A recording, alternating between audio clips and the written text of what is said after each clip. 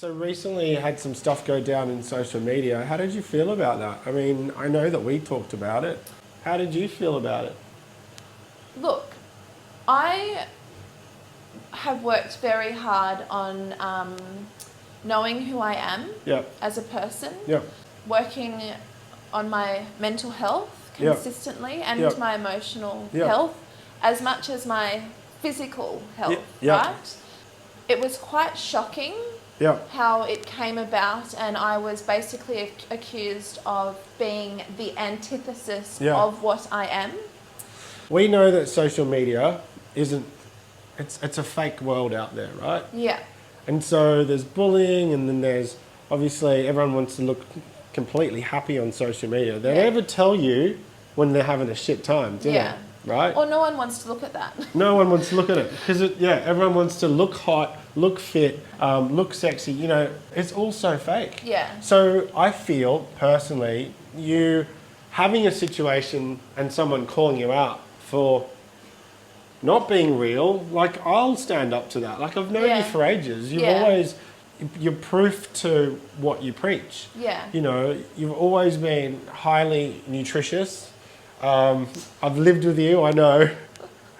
You've always woken up at a particular time, and you've got a routine, and you help people. Like, what the fuck? Yeah, literally what the fuck was what went through my head when this happened. Yeah. I suppose unlucky for this particular troll that it was on a Tuesday. Yeah. And Tuesday's my biggest day. But hang on, can I just say what is going through that person's head? I give everyone the benefit of the doubt, right? I'm not cool with you calling it a troll because it is a human. What are they going through to be able to call that out? We're good people. Yeah. You know, let's just take the benefit of the doubt. I mean, the fact is that this person went onto my Instagram page and commented on a post from a number of days previously. This person doesn't follow me. Yeah. Oh. I have never seen her watch any of my stories. Right. She has never been present on my page. Hence why I called her a troll. So good one. That's And do you think that could be a system thing, or is that someone trying to just stir the pot? I don't know. I have never put one hashtag on any of my posts or anything. Right. So I don't have a massive following. I'm not here for followers. Yeah. So I was like, who is this person? Yeah. And she was so derogatory to me and said really hurtful things to me. Yeah. But I live, breathe, eat, sleep, talk, walk, dream about what I do. When I'm not working, I'm researching, I'm studying, I'm creating content. I know that, Sal. I back you. We live together. So that is why I was so offended in the first place. As a good example, there's plenty of people doing this all the time, getting these types of messages. Oh, 100%. Like, how do you deal with that as an adult? I didn't know. Again, this is another area in which I was ignorant. Yeah. And then as soon as these conversations started coming up with people asking me if I was okay and saying, oh my God, like I saw what happened, like what's that about? Yeah. And then, apparently it happens all the time because it's happening to, everyone around me. And I'm just like, how do you deal with this sort of stuff? Like personally, and if we're going to pass on some stuff to people when they get trolled and like get some hate, I know how well you dealt with it. I know that we spoke, and I thought that this would be a great thing for us to discuss, so that when people did experience this, what are the steps? They weren't alone. And you're a legend. I know you're a legend, and everyone gets it. Like everyone gets it. I think it's all just part of this social media stuff about trying to. I think you need to be able to see through the bullshit. Yeah. You need to not get caught up in what's not real. Yeah. I mean, it just and if social media is affecting your mental health, don't be on it. Totally. Like, one of these other girls who said made certain comments and said that I trigger her eating disorder. Well, your fridge does look really good on a Saturday. No, but what I'm trying to say is she's told me that my content triggers her. And she continued to watch every single story, piece of content that I put up. So if my social media content is triggering you... Turn it off. Don't watch it. What are you doing? You continue to watch it. Like, it's just crazy. Well, let's just unpack that further, right? Because of your food, nutrition, science background, you know, could we dial up jealousy? Could we dial up, I want to be like this, but I'm not, so I'm going to go and give you some hate? Yeah, 100%. Like, I have dealt with it my whole life. Yeah. So I'm used to it. It's fine. Yeah. I am who I am. True. You are who you are. I work very hard with my clients to get them to not compare themselves to other people just to be the best version of yourself. Yeah. Because, you know, the grass is not greener on the other side. We all go through the same problems, the same issues. I am not superhuman. You know, I'm not a robot. No. I deal with the same shit that all of my clients deal with. Yeah. So I am so successful in my PT, especially. Anyone can put anyone through a tough workout or whatever. Yeah, for sure. But that ability to connect with someone and to empathize with what they're going through, that is really rare. So that is, for me, that's what personal training is mostly about. People they need to be heard. They need to feel connected. And that's just a big part of what personal training is. And it's not just obviously coming to see you and doing some deadlifts or any of that sort of stuff, but it's really for them walking into a place that's safe, walking to a place they're not going to be judged, walking to a place where they're going to pick up good habits from awesome humans like you who have actually, you know, like me, let's just bring it back to coffee, you know. I've, you know, when it comes to the 6 profiles that we've got in our store, I've spent so much time in the science and learning about every single profile, how they're supposed to be roasted, how they're supposed to be brewed. So, you know, I've made the last 2 years of my life learning about this, right? Yeah. It's not like someone's walking into a gym going to someone who's done it for 5 minutes. Yeah. When it comes to nutrition, when it comes to like the PT and working with people, you've done that for the last 15, 20 years. Yeah. Like, this is a career for you. You're not just someone who's just walked out with a certificate. You know, you have spent, and everything that you do is all about, you know, making people's lives more grounded, more safe, more rounded with what they eat. Just better. Yeah. You know, you're a professional. When I say professional, you're like the elite of the world of, you know, fitness and nutrition. And so, you know, I take my hat off to you. Like, you know, you do some really awesome stuff. You fly under the radar, and then you get this shit on social media. I know. It's like, how did you even find me? Like, no, I don't have a massive social media following. What's the point of having hundreds of thousands of followers that aren't actually connected, engaged in your content? Correct. I'd rather 1,000 followers that actually appreciate the content that I'm putting there and are actually seeing it. Like, give me a good story that you've had on social media. Maybe something that you've, you know, so you obviously have talked about the bad, the ugly, and you've dealt with it like an adult. Maybe give me an experience that you've had that's really positive. Yeah, so from mental health or fitness or nutrition. Yeah. Yeah, I mean, I get lots of nice. That was literally my only bad experience, to be honest. Stand over here. Stand over there. And I will start. I'm going to get cracking on the roast because otherwise we're going to be here all day. We could talk all day. So every profile has a profile number. Because we made to order, I record every single roast, Yep. which means at the back of every bag, there's a profile number. And so what happens is when you get our coffee, you can actually give us that profile number back with feedback and we can dial it up and down. So it's quite personalised. Yeah, it's amazing. As well. It's like personal training but coffee.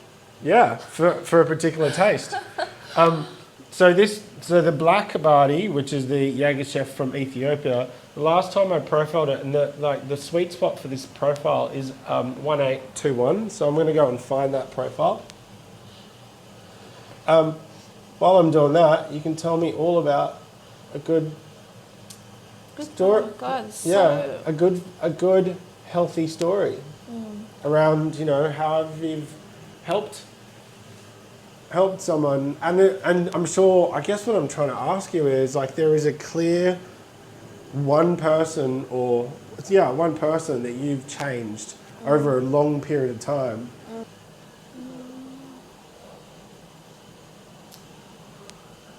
I mean, what I'm actually really proud of at the moment is a girl that I've been working with. She's 19 tomorrow. Yeah. And so she came to me eating a really low number of calories. Yeah. To lose weight. And so I see a lot of me in her when I was sort of her age, and comparing yourself to your friends and wanting to look like a Victoria's Secret model. And dude, let's just pause there. Yeah. I'm sure you get plenty of people walking in and going, I just want to look like this. Yeah. Like you go into a haircut. Yeah. Is that what happens? Yeah. And then, how do you manage that? Yeah. This is the good stuff. Yeah, you just have to educate them on what they're looking at doesn't actually exist. And this is the other problem. Well, it does. It's on social media. This is the other problem that I have with social media. And if you have big influence on social media, and you are editing your photos and photoshopping them or filtering them, either it should be illegal, or number two, you should have to state what you've changed in that photo, because it's having an enormous impact on, I'll say, mostly young girls and their mental health. Yeah. And because they don't know what they don't know, and they turn to social media to go, this must be a perfect way of looking, eating, feeling, buying stuff, and these are the types of boys that might be into this. So they're striving to be something or look like something that doesn't actually exist. You could never look like that because it doesn't exist. Because it's a filter that's been turned on. Yeah, the image has been changed. They should have to state what they've changed in their photo, because as far as I'm concerned, it's contributing massively to mental health. Right. So with this girl, I train her 5 days a week. Yeah. And she's going to uni in July. Yeah. And so basically, I've been working very closely with her and just educating her on the process of me setting her up for long-term success for the rest of her life. Gotcha. So she doesn't have to constantly yo-yo and crash diet. Nice. And make the problem worse and, really mess up her metabolism long term. So luckily she came to me. But pause. How did she find you though? How does that happen? I mean, she just came into the studio. So let's just unpack that behaviour, right? This is quite fascinating for me, because how do you get to, and I think I'm connecting the dots, how do you get to a place where it's just like, I'm going to go into a gym because I think I've watched social media, this is what I want to do, want to look like. This is what the fake, they don't understand it's fake. Yeah. I'm going to walk into a well-known gym and a well-known personal trainer, and I know that they're going to make me look like that. Is that how easy it is? Is that how we think? Is that what people think they need to do? They think that gyms will make them... I guess so. Yeah. Is it that easy? Like, you know, there's plenty of... Comes to January and February, after Christmas, everyone's been eating a truckload. Yeah. Lots of time on their hands with social media. Yeah. They get to January and go, right, I'm going to join a gym. Yeah. And then it's just like, I want to look like this person. Is that how, what you see on a day-to-day basis? Probably more so with the younger generation. Right. The older generation, they are actually much more about health and feeling better. Right. And then understanding that if they start taking care of themselves and they start feeling better, ultimately that is the process that gets them to lose weight. A bit more aware of just looking after their health, and not necessarily about aesthetics necessarily. Yeah.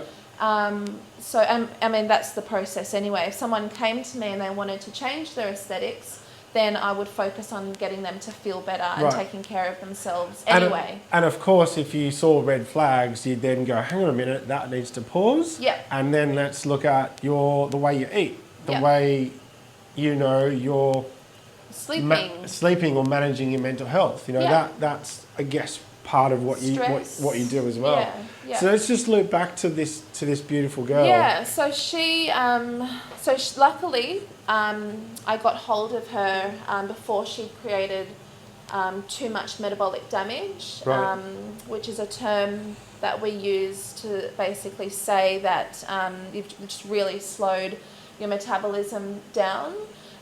So basically, if you stay in a calorie deficit for too long, then you adapt to that number of calories. Right. And so then what happens is it becomes like a maintenance for you. So, or it becomes a surplus even. So you could be eating 800-900 calories and then you could start gaining weight. Right. So that's just your body's ability to adapt. And one of the best and worst things about being human is our ability to adapt. Right. So anyway, luckily she came to me. It hadn't been too long that she was in this extreme calorie deficit. Yep.